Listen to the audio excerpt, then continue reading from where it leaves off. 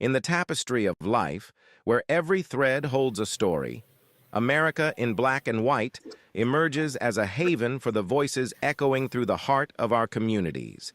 In this podcast, we wade through the rivers of our collective experiences, celebrating the vibrant hues of change brought forth by the whispers of hope and the roars of action. It's more than just a conversation. It's a journey into the heart of our society, illuminated by the light of those daring to dream and do. Join us, and let your voice be the melody that guides us toward a dawn where every color finds its place in the masterpiece of our shared destiny. Together, let's paint a future brimming with the positives that dwell in our minds and the actions that shape our world.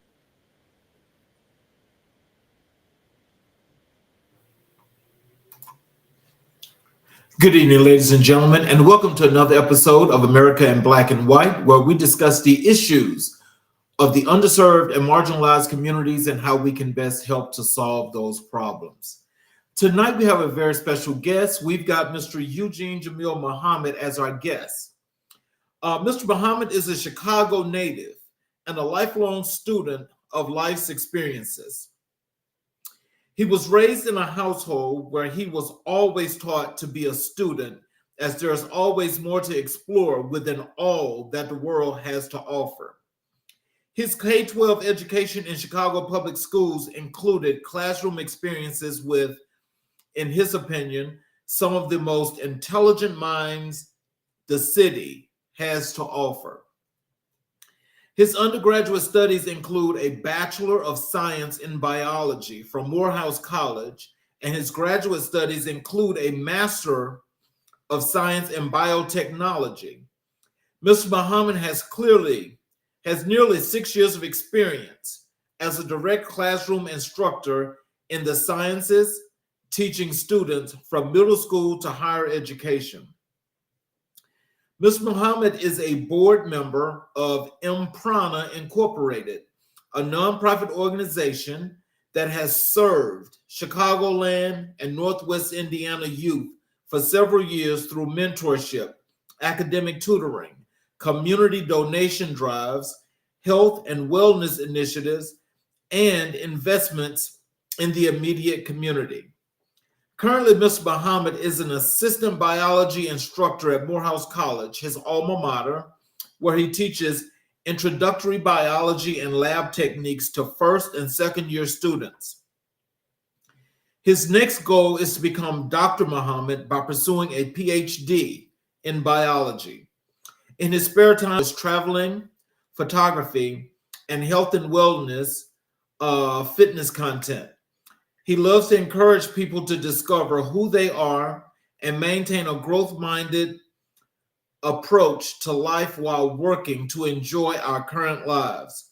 He always says, it's not about the amount that you do, it's about how you do the amount that you do. Ladies and gentlemen, I'll introduce you all to Mr. Eugene Jamil Muhammad. Welcome to the show, sir.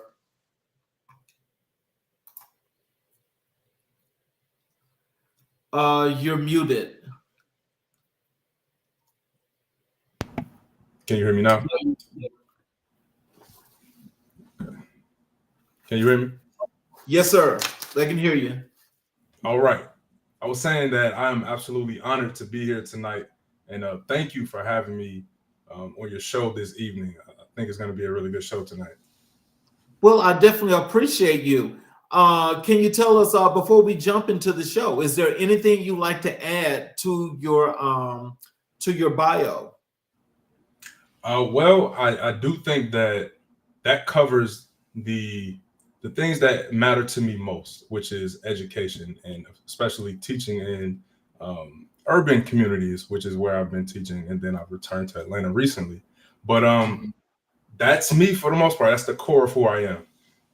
Oh, wow. Well, that's more than great, and that actually goes along with what we try to bring out in the show in order to help to inspire people in those underserved and marginalized communities.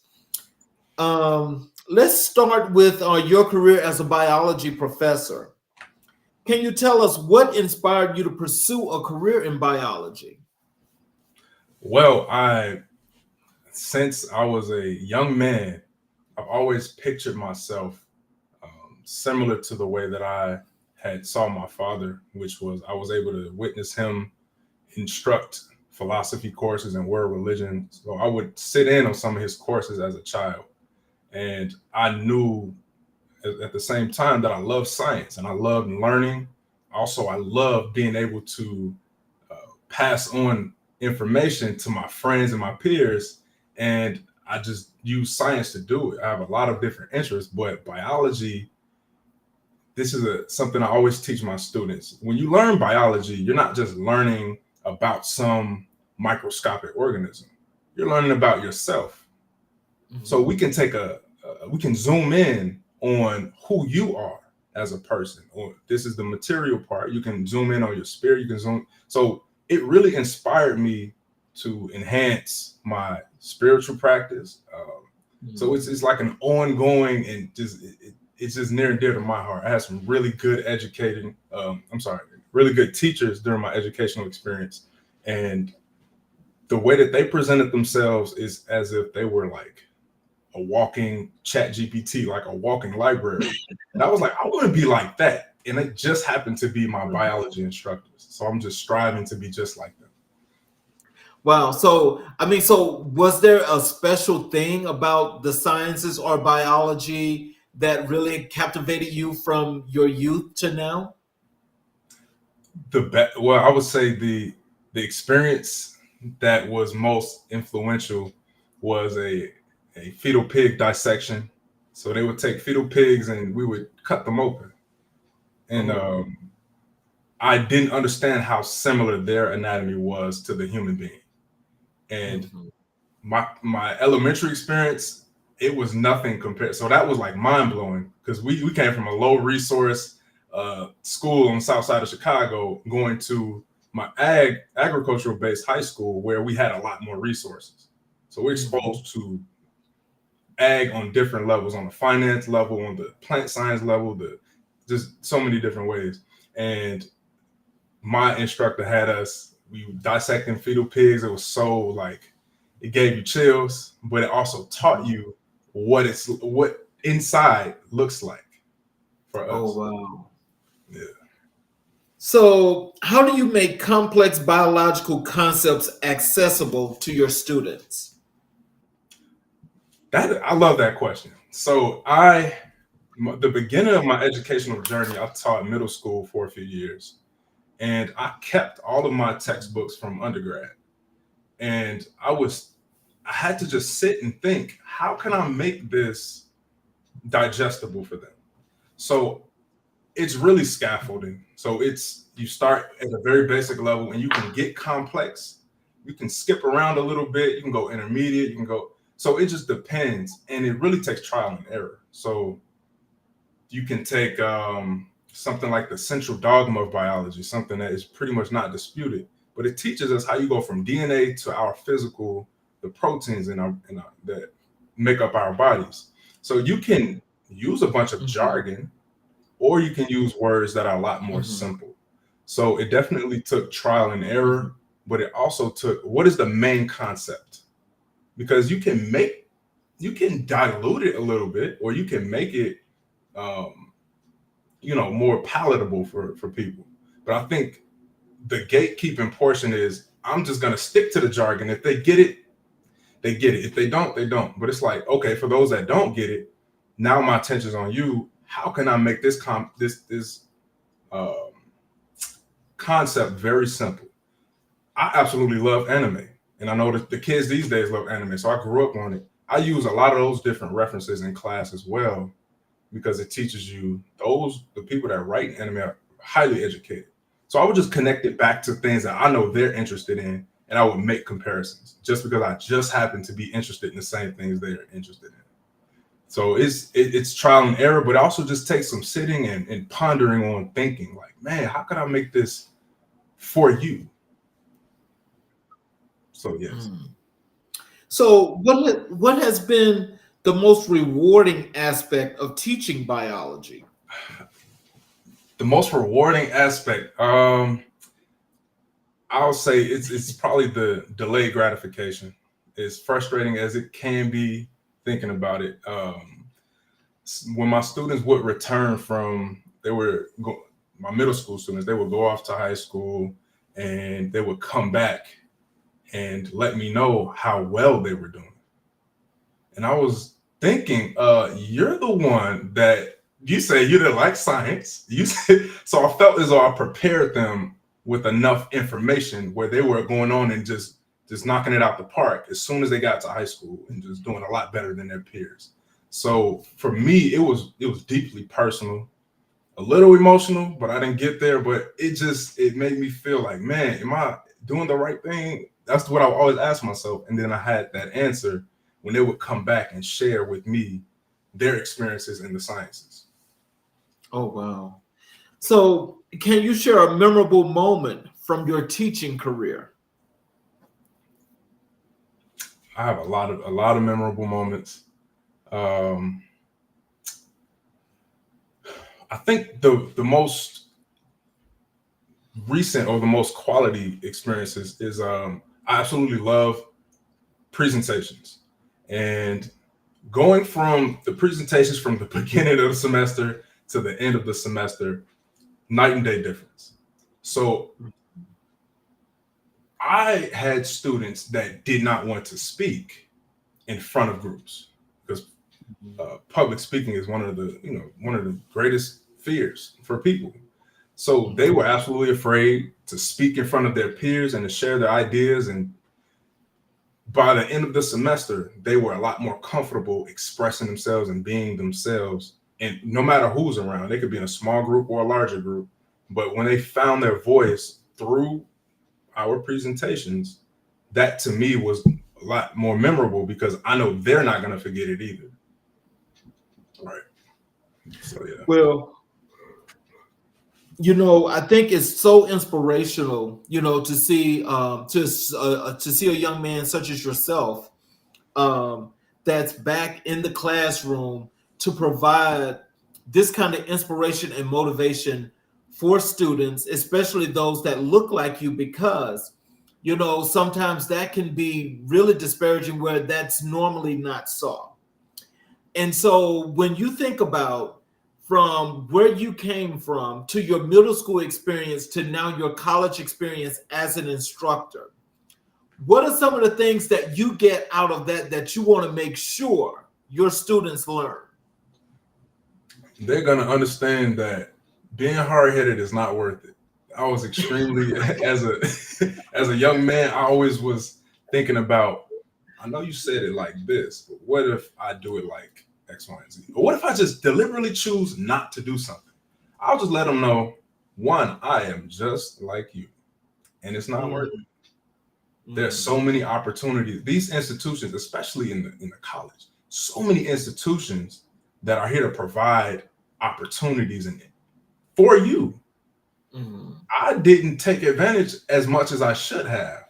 So showing them what it could be. So, you want to go to med school? Take this research opportunity. Even them asking me, hey, can you write this letter rec? I'm like, absolutely. So me having some sort of role in their future, sharing advice, being able to, hey, I can write this letter for you, get accepted to the summer program, absolutely, because that's your future.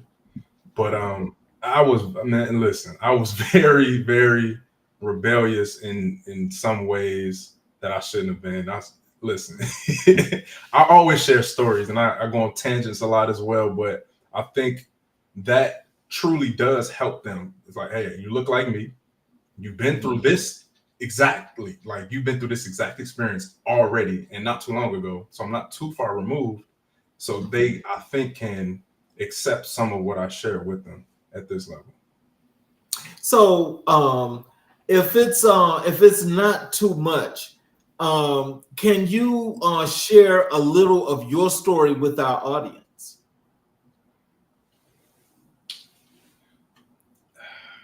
Absolutely. Is there a specific portion or just my story in general? Just your story. All right. So I I'm what my friends would call kind of like a cool nerd. Growing up, I always did well in school, and I was always pretty much, cool with most people. And I played sports. I loved the young ladies, so I was always, trying to put my Mac down or whatever as a young man. Um, but as I began to grow, I understood that I was a little different from my peers. I find that my mind wanders a lot. I don't really care to be in a mix too much. I love to explore. I love to learn. And I know that's not necessarily what people are always into, but that's always who I've been since a young man until now. So that is a portion that defined the way that I grew up. So I would have people that would try to keep me out of certain spaces because I wasn't, you know, cool in their book. Um, but I didn't really care. So I would take those little moments of rejection or societal rejection, and I would use that to figure out what is it that I really like to do. And I understood. I used to take my dad's camera and record videos, and I used to make music, and I would just do a lot of different creative and a lot of different creative projects that I would get into with my siblings and my cousins, and it was just a good time. But I think the creative aspect of life, us engaging in understanding how do I want to express myself through this medium, has been basically my life. So I love photography, videography. I've been doing that since I have my YouTube page since I was a young man. And it was at a point, it was a little document as to who I was. So I would make music, and then at a point I would start to vlog. And um, what it helped me to really get into at a point was I was the family historian, um, the the guy that had the archive that I have not revealed yet to the family. I know they're watching right now, but um, that's really who I am. I'm an observer, and I've learned to be that, to observe wherever, in whatever space I'm in, taking in information, analyzing, and then I could offer different perspectives. So I think life has helped to yield my personality of I'm an observer, I'm a thinker, and I can offer some sort of perspective when it comes to life. So, I mean, tell us, so as a creator, because, that's, you've got a very unique fear. Yeah, there's a unique fear here that you have that's got a whole bunch of good things going into it. And so as you think about the creative aspects for the things that you're doing, and you mentioned photography, tell us, how does photography play its part in the things that you do right now? So we mentioned in the intro that I'm involved with Imprana Incorporated, which is a non-for-profit organization serving Chicago and Northwest Indiana. And I was able to use my photo or develop my photography and videography skill while doing programs.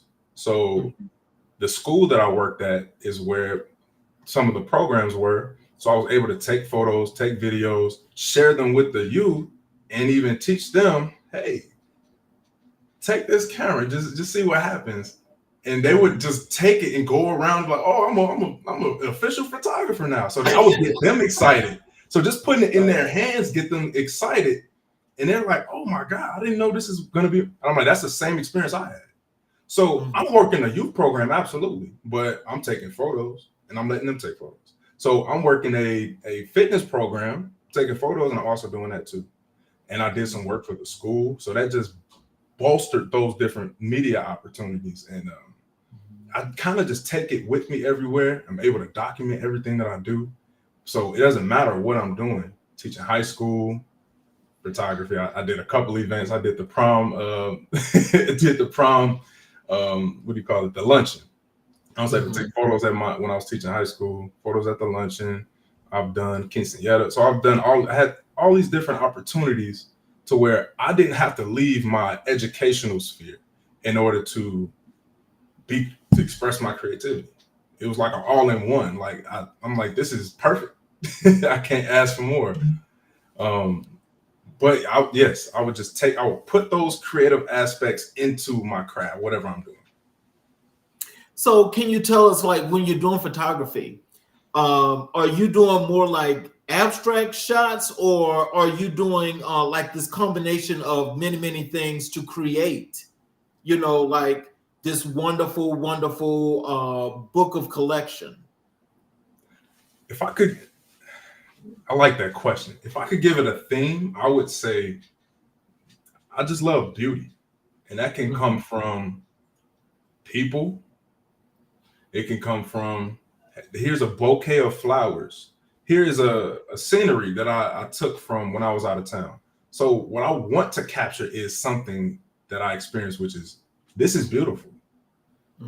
So sometimes it's people, sometimes it's a scenery, not as much abstract, but I will be exploring a little more. I know they tell us we should niche down, but I'm like, I don't know if I want to do that. Maybe I'm just going to be good at everything. Okay, why not? Yeah, as long as I'm breathing, I can keep working and make it happen.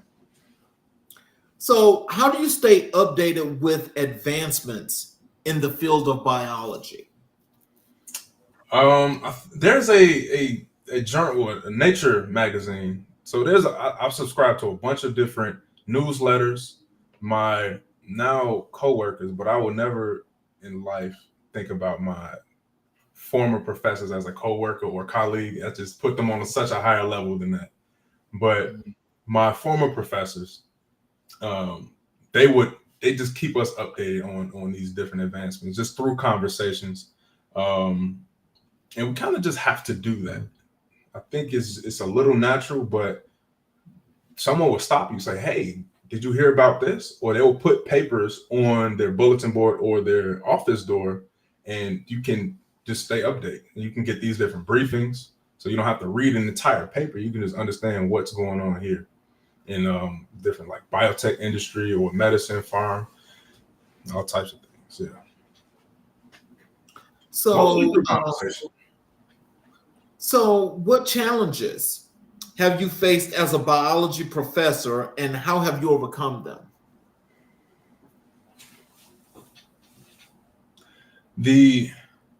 I would say the challenges in higher ed is definitely unique compared to teaching a high school course or even middle school.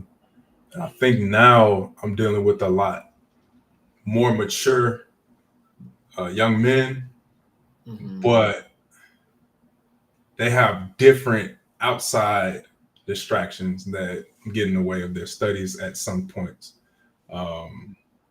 So engagement, I think, it's always going to be a struggle. So in order to overcome them, of course, trial and error, I try different things. So one of the things that I try is I let my personality out a little more. I'm a bit of a jokester. I go on tangents and I act, a little bit more animated while I'm in class. So yeah, it takes that. And then when I get the chance, hey, can you help me out with this problem? I'll go over there. And then when they get that one-on-one, that's all students. Well, not all students, but most students. You get that one-on-one, then in the future, you're going to have you're probably going to have a different experience with them. And they may respect the floor a little more and try to be a little bit more engaged, get validation or confirmation on their thoughts or whatever. But it takes a lot of trying. Like, hey, maybe my method doesn't work. Let me go ask my colleagues, or let me go ask my department chair. Like, hey, how do you connect and get them involved and invested in their education? And at this point, one of the challenges is I'm so used to fighting students to be independent. Like, hey, you can do this on your own. Now they want to be independent, and I feel like maybe I'll just talk too much. Maybe I'll just let you all work, and let's see what we come up with.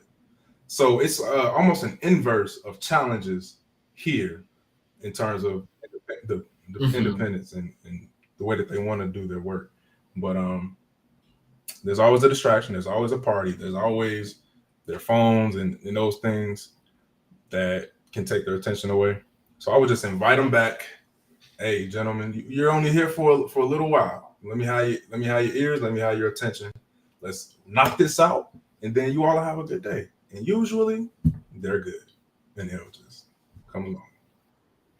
So let me ask you this, because when you mentioned like some students that like the one-on-ones compared to others, like for your classroom ratio, how many of your students come from underserved, marginalized communities that are actually really inspired, but sometimes they go lacking, that you have to give them a little nudge? How many would you say, compared to, I don't know how many students you may have in a classroom? So now I have a little over 20 in a class, which is honestly a little smaller than what I'm used to, but it's a lot for a lab.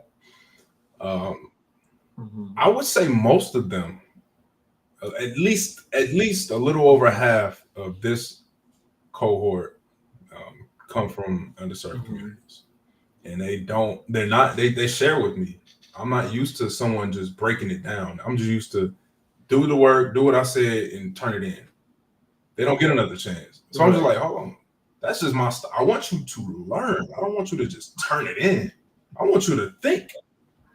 I want you to walk out of here like, man, I am a better problem solver now that I've left out of this classroom. Not gonna give you the answers, but I will help guide you to some solutions. Maybe you have a solution, maybe that I haven't thought of. That's interesting. So do you find that most of your students, if not all, does most of your students actually critically think through the problems that you throw at them to solve? No. I know that at a certain stage, critically thinking has to be a practice, and it's a challenge. You have to know the right questions to ask, or at least some question to ask, because if you throw something totally new, it's just like, I have no idea what this is. So I don't even know what you're talking about, sir. Please speak English. I don't think most of them do automatically think critically. I do think some of them are like, listen, I can follow the steps. I don't need to. I can just get it done. I think most of them want to, though. I do think that is a thing that they strive for, and being able to do these things on their own. So how do you incorporate real world applications into your biology lessons? Well, I'm a health junkie, so biology aligns directly with your health and wellness. So specifically last semester, I taught a men's health course, which is absolutely perfect for my interest. So all of these different ailments that really plague the Black community and in general, we have type 2 diabetes, we have heart disease, hypertension. There are strategies, real strategies that you can use to decrease your risk for these things that they're killing us. So let's take type 2 diabetes, for example. Anytime that you eat, you have to spike insulin, which means your pancreas is working, which means you have to regulate your blood sugar, which means also you're working your liver as well, because you have to filter all those toxins from the food. Anytime you're really inducing digestion, you are taxing your digestive system. What they found was if you can give your digestive system a break, you can decrease your risk for hypertension, heart disease. You can improve insulin sensitivity through just taking a break, or they call it fasting. You can fast, you can exercise. And what I found was these are things that we should be doing anyway. And we think we're doing these are extra things that we could do. Maybe I could go for a walk or go for a run. Maybe I could eat some vegetables, right? So we think these are like, maybe I'll do these for a few months at the beginning of the school year. or the new year, and then the rest of the year you just slack off.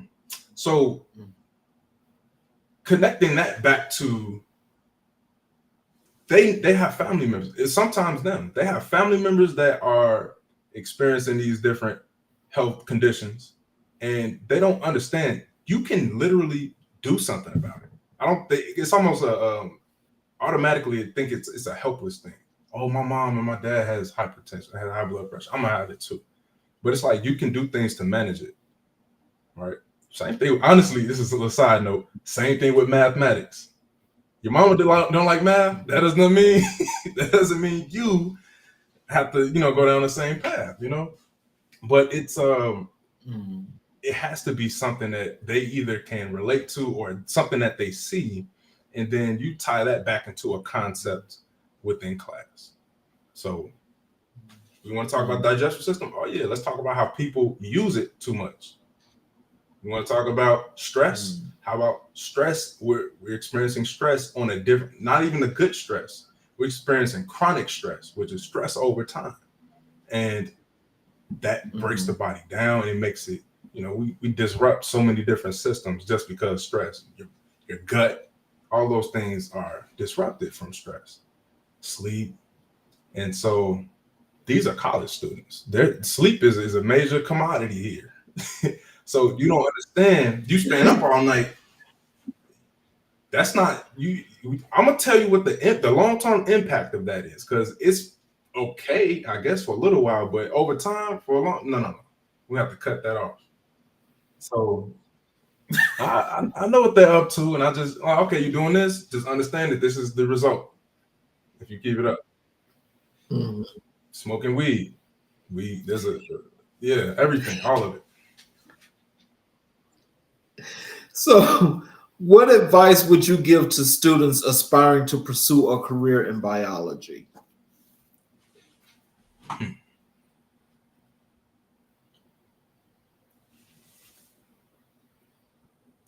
Well, since I'm a little slick, so I would try to figure out what are you interested in, and then try to connect it back to bio. We have an uptrend of Black people in STEM, especially having an entire institution with bio majors, and they're doing really well. If I were to inspire them, one, I would have to put people in front of them so that they could be able to tell their stories. And so they will be able to ask about their day-to-day. So, this person is training to be a physician. Let's put a Black physician in front of these, whoever, I don't know if it's you, but this is the person. Let's put these examples in front of them and then allow them to ask questions. Can I come intern, or can you come intern with me so that you can see what it's like? You say you want to help people. Okay, you can help people like this. So it depends on what they share that they're interested in. And then I would try to connect it back, kind of like in a way, kind of like a salesman. Like, okay, you like to help people? Well, you can help people this way. All right. Yeah, there's pretty much all industries are connected back to biology. Agriculture, business, everything is connected back in some capacity. So, how do you balance research and teaching responsibilities? Well, it's all making time for all of these things. So, in one of my courses, we'll be teaching the students how to make a cell culture, right? So, how are we going to culture cells and then count them over time? So, I find that you have to figure out where you work best, whether that's evenings or mornings, and then you literally have to just carve out time and get in the lab, work, and then get back to your teaching duties. But it's a struggle for me, but it's time management. I like to just spend hours thinking and going through exercises and making mistakes and learning from it. I like to do that, and then I'm able to teach it right away. So it's really, that's kind of a standard answer. It's just time management, understanding how long that's the key, I think. Understanding how long something is going to take. Because we could say, oh, this is going to take an hour, boom. Let's practice it. Let me see if it takes an hour. It took 3. So now let me take an hour today, an hour Wednesday, an hour Friday, and then knock it out. Well, now in today's time now, everything is always guesstimated because nothing's ever exact. And so if you figure something is supposedly is about an hour, you need to think that's going to be a little bit longer. I mean, that's just, I guess, well, that could just come with time, I guess, because with younger folk kind of like have a way of like cutting a lot of corners and maybe coming to a result. So, again, I think that kind of like just depends. And so some people see things like that as in, I don't think everybody has a time management problem because it does look that way. But I think you just have to plan ahead and just always plan for more rather than less. That's key. I like that too.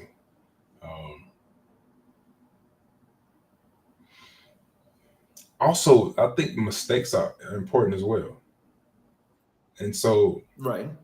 This is crazy. I have to say that this week, let's say there's an error in some data that you collected from some trial that you ran. You just report it. You're not going to get docked for it, but report it. And I'm like, that's science. That's what we want. That's what we want to do. We're not going to hide it because that's what most people would do. It will scratch it out or just make it a lot of cryptic information. I'm like, oh, how'd you get that? But make a mistake. Sure, you might have to. All your classmates are gone. You might have to stay, sir. Knock it out. So now we know for next time it's gonna go a lot quicker next time because so much learning was done. So that guesstimation absolutely is double time.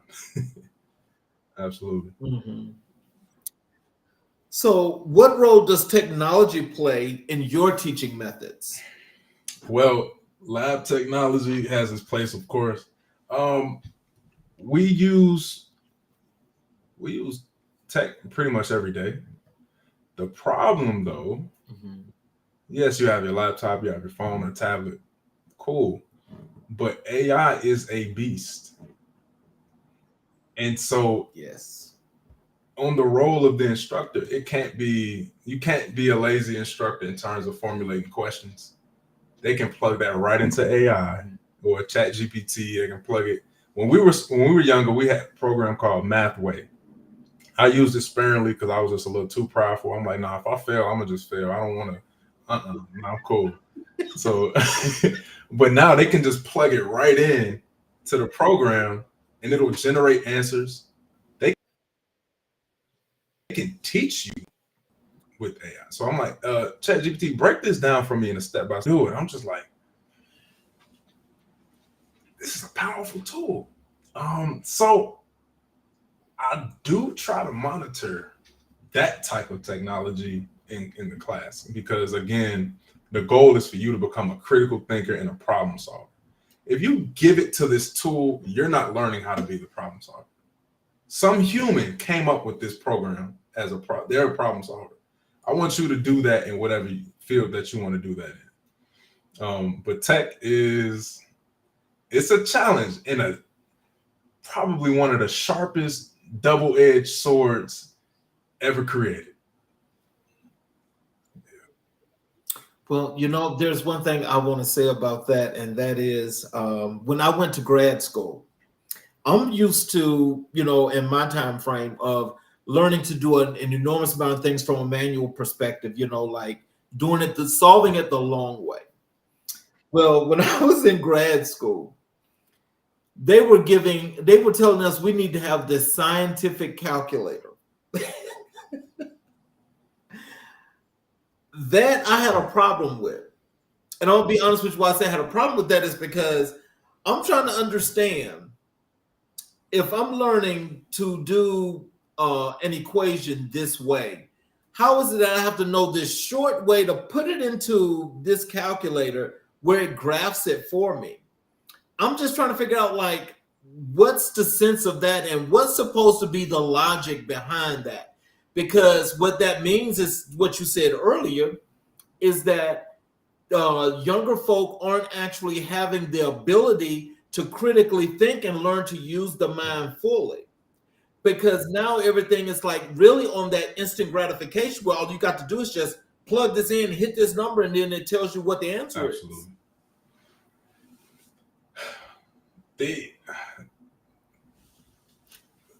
Because I was a little,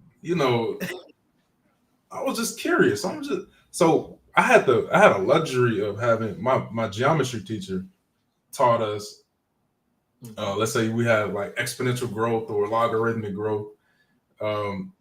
She would teach us how to do that on paper.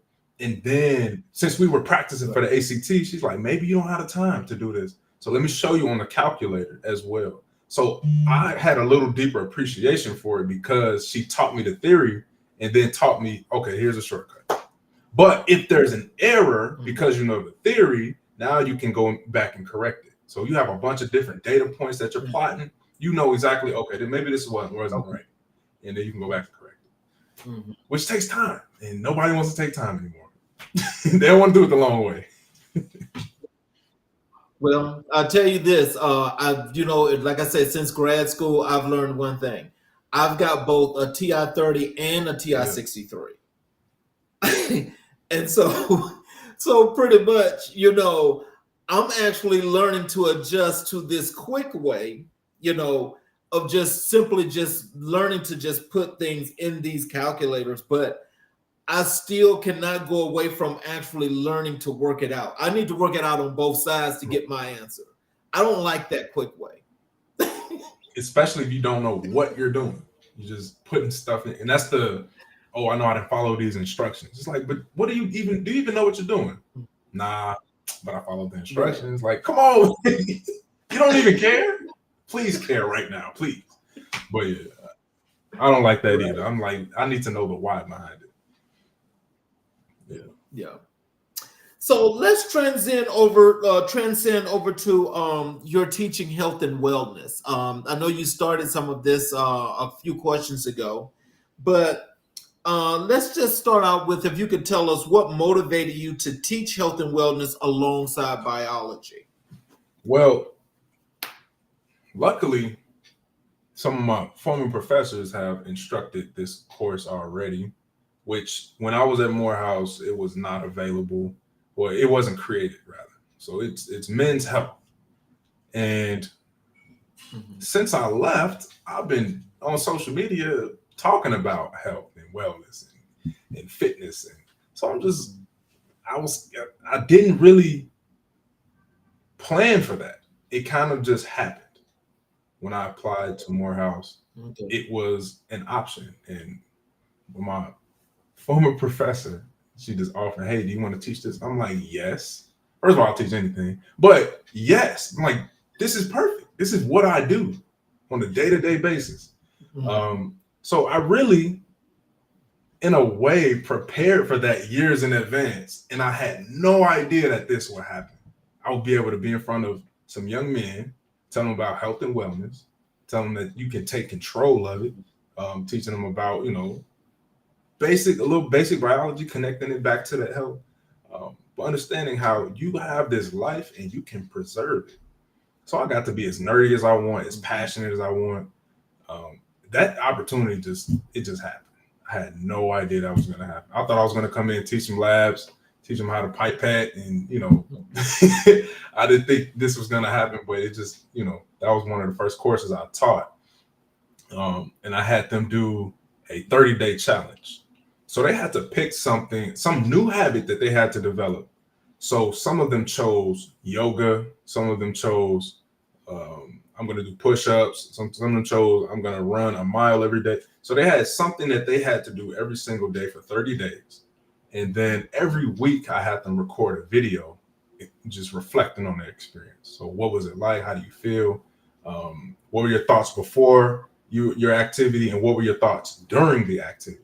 What were your thoughts after? Oh, wow. So I had them just do this document. And then afterward, there was a section toward the end of the course. We're learning about the gut, your gut health.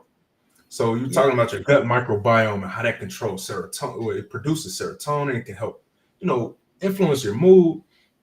And a few of them afterward asked me, hey, what are some career options I can go into? I really think I like the gut microbiome. Like, how can I get into gut health?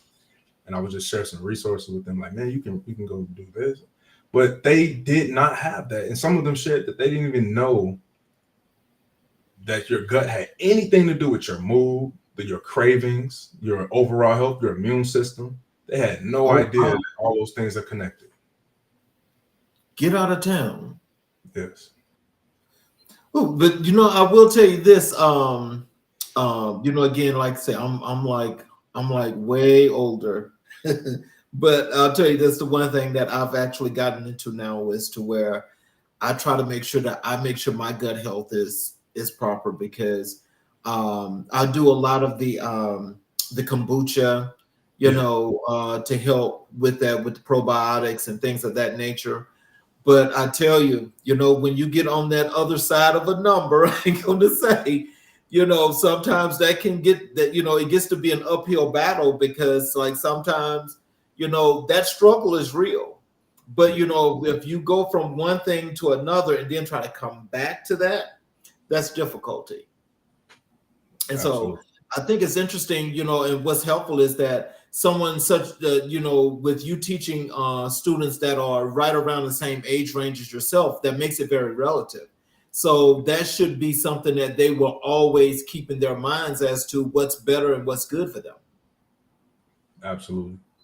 Oh, now that you mentioned that, during the course, I think we were like maybe after midterms, I was teaching them, there's just certain foods you shouldn't mix.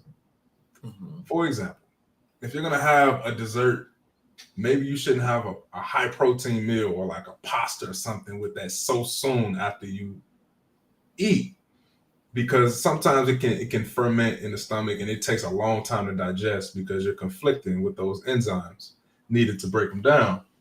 And so they would share with me, like, Miss Muhammad, I went to the calf, man, and I saw some spaghetti. I said, nah, forget that. And I got some salad. It's like, you can enjoy your food, but it was cool for them to be conscious about, oh, these are the decisions I'm gonna make. So they took pictures. I didn't ask them to. They took pictures and they showed me, like, oh, this was my plate today. I got some hummus and I got some veggie pizza. And I was like, man, y'all are really doing y'all thing. And it's like, yeah, someone had to let them know at the right time in the right place, I guess, that you can do something. You can take control of your health, and you don't have to wait until you reach a certain age to do something about it. There's a lot of people wait until it's a problem, and it's like you could prevent the problem. Like, yeah, why are people my age talking about their knees hurt? I'm like, y'all need to stop it. Because when your knees actually hurt, oh absolutely Lord, not. Oh no, 25. I'm getting up there. You got some knee pain. Are you serious? Yeah, I don't know if they forging it or I don't know if they really experiencing it, but I'm like, you really don't want that problem for real.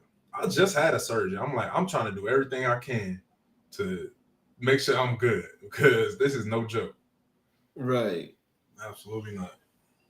So, how do you approach teaching the importance of mental health to your students?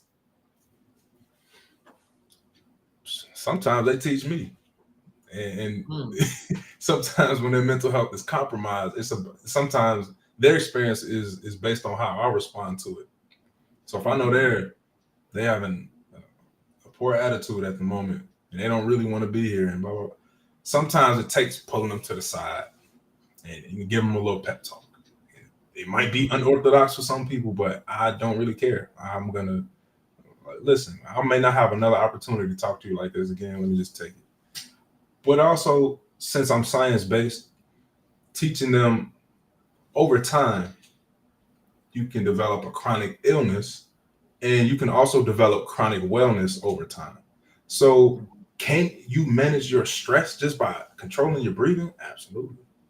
How does that translate, or how do you even benefit from thinking about different ways to manage your mental health? So stress management, anxiety, your response to different changes in your environment. You That's part of the reason I did the 30-day challenge as well, so that you could actually feel what it's like. Because I could get up here and tell you, I want you to feel it. Mhm. So you get up every day and you do yoga for 30 minutes. Now you come to class more serene. I want you to share your experience with the class. Now I do less talking, and now they get to benefit from their peers. They get to understand their experience and chain reaction effect. Now so-and-so wants to share. Oh man, my challenge was doing a little cardio and stretching, and I feel so much better. Now I can study. Now I can focus while I study because you don't have anxiety anymore. Or you at least have a little bit less of it. And it kind of just breaks down those walls and those things that are stopping you from getting where you should be in order to function. So we hit all types of different things because your mental health can be influenced from coaches. It could be influenced from parents, friends, peer pressure. So you have all these different types of input. And the things that you can control, you want to make sure you're on top of them. So how do I respond to these different changes? Am I going to be stressed out, or am I going to try to figure out a solution? So yeah, it's a mix of experience with, let me tell you what's going on as you experience these things. So when you're So let me ask you this though. In that situation, is mindfulness also a part of some of the things that you teach when it comes to health and wellness? Absolutely. I have I don't have an Apple Watch, but I have a Fitbit that takes takes my metrics all day long. And in the app, they have a mindfulness section that gives you like a guided meditation. And so in class, I could show you, hey, here are some resources online where you can practice mindful meditation no matter where you are. And that was part of some of their practices as well. But even that, I had to experience in order to really understand the value in mindfulness. So maybe I'm not judging my thoughts, but I'm at least observing the thought and allowing it to go. So I'm sitting still, relaxing, and just being observant of my breath. So that practice was absolutely incorporated into the course as well. But it was part of the mentoring program my brother and I had done years ago as well. We were dealing with some very troublesome youth, and we would have them work out, we would have them meditate, we would have them journal. And that was part of the mentoring program, because we could absolutely change your experience if we just treat you differently. I'm not going to treat you like you the bad kid. I'm going to treat you my little brother. Okay. So, and I'm not going to let you act up, but I'm going to teach you how to, if you upset, what's a better way to respond to something. And most of the times they already know. They just need an opportunity. Right. Yeah. Well, because just because another good part about that is that I've actually told a lot of people that's in my circle about mindfulness, because I actually I did a couple of courses, and I got to tell you that it is definitely life-changing, because once you learn how to meditate, slow it down, and put yourself in that quiet place, it helps you to always be calm. And I think that's a thing that a lot of people need to learn and understand, because it's definitely a very good part of health. What's the name of those courses? Actually, I'm a veteran, so I took mine via the VA. Okay. And so the instructors are ones that they hired that's via Emory. And so all those courses are through Emory, but I do have an app that I'll share with you offline. Okay. That's got some of those things in it. Okay. Thank you. So can you tell us, what are some of the common misconceptions about health and wellness that you address in your classes? One of the things I addressed was, people think that when you eat a plant-based diet, it's expensive. And I took a quick survey. I said, just raise your hand if you wanted to switch it and be a vegetarian or a vegan. maybe vegan, but if you want to be a vegetarian, if you think that's going to be an expensive life change, raise your hand. Majority of them rose their hand, would have risen their hand. And if you just go to a farmer's market, you can see how affordable vegetables are.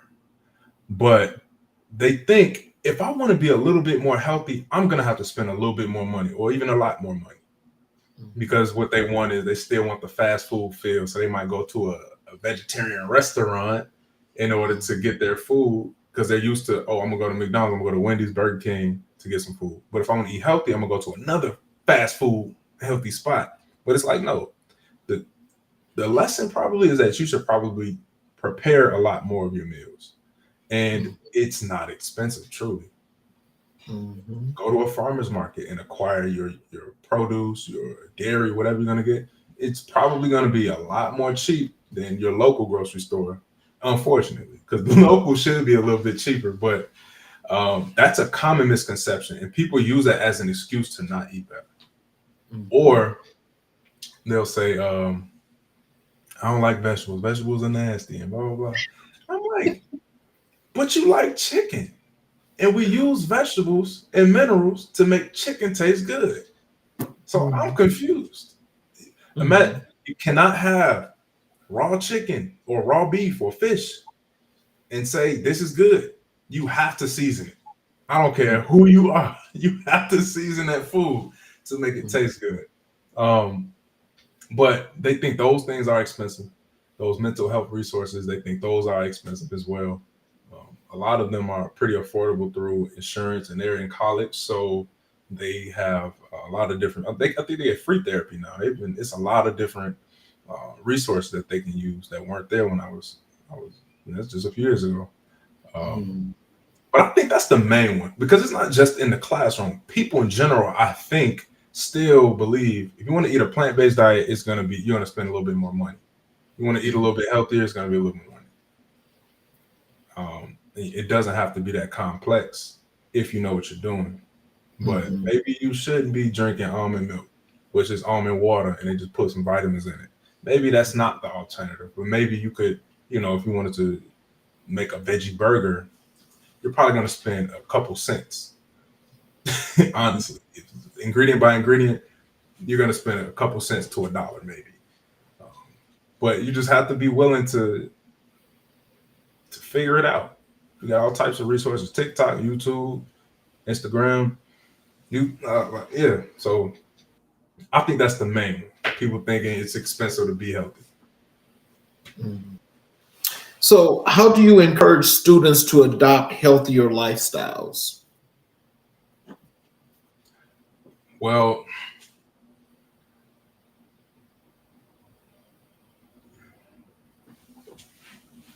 to encourage them to adopt healthier lifestyles.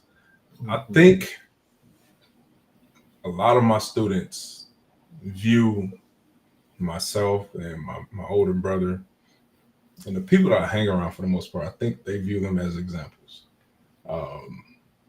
One story I can share with you is that I had a student last year in high school, and he was in my strength and conditioning program. I had an enrichment after school program, and he was like, "Man, I can't do any pull-ups." And he was just complaining. I think he only do one or something like that.